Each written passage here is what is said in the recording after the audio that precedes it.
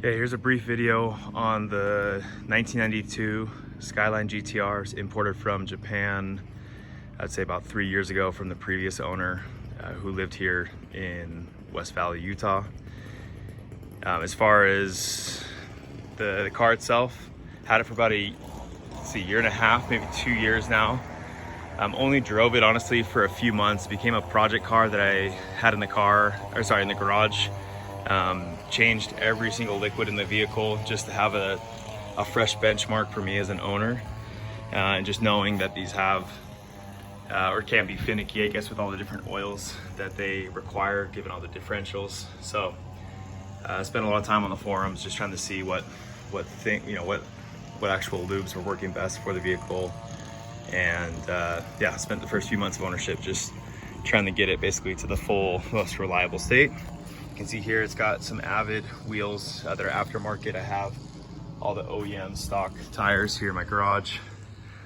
I have brand new Goodyears on them, as well as literally every single part to this vehicle. So everything from stock air boxes, which would have all the records specifically on them, all the OEM tubes that would connect to the mass airflow sensors, as well as newer versions that were developed just to prevent, again, any kind of boost leaks, and ones that can be installed and sold with the vehicle. I have a new set of turbos that have been rebuilt with the actual steel internals. See here, these are pictured in the listing. These were intended to go back into the vehicle to replace the ceramic twins, which, as many know these vehicles, tend to blow up and can cause compression issues if they get any parts from the wheels actually into the cylinders. So as well as just any of the stock parts. So everything from the suspension, which I mentioned, I replaced the coilovers. You can see the stock OEM valve cover. I'll show you the engine here in a second. And if the owner wanted to put on exhaust manifolds and downpipes, I have those parts. Never been installed. And again, early on into the ownership, I ran into an issue where the rear turbo blew out. So in that moment, pulled over to the side of the road, knowing that if you continue driving, there could be issues in those parts getting into the motor. I'll give you a brief look of the interior dash. Many of these cars get some heat soak and have issues with the dash bubbling up, or the roof, which this one does not have of either. I spent $480 putting on some really nice ceramic tint just to try to reduce some of the heat. It does have some areas where there's been some warping of the interior previous to me finding it.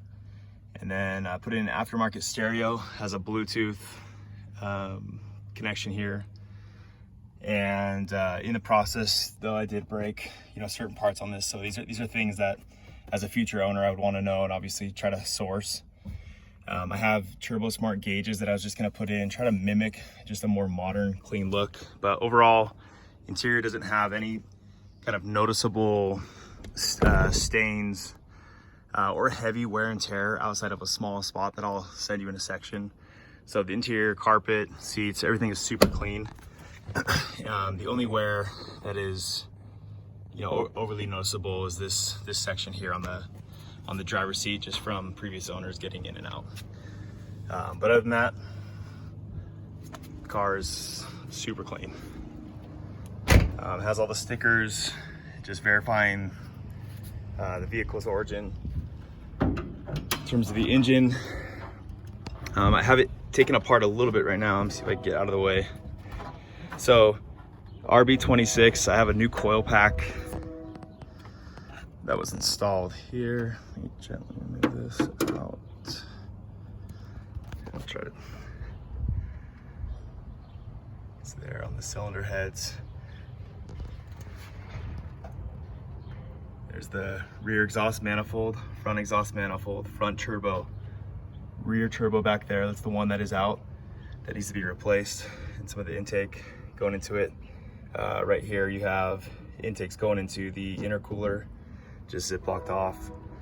In terms of like overheating or anything of that nature, mechanically the car was incredibly sound.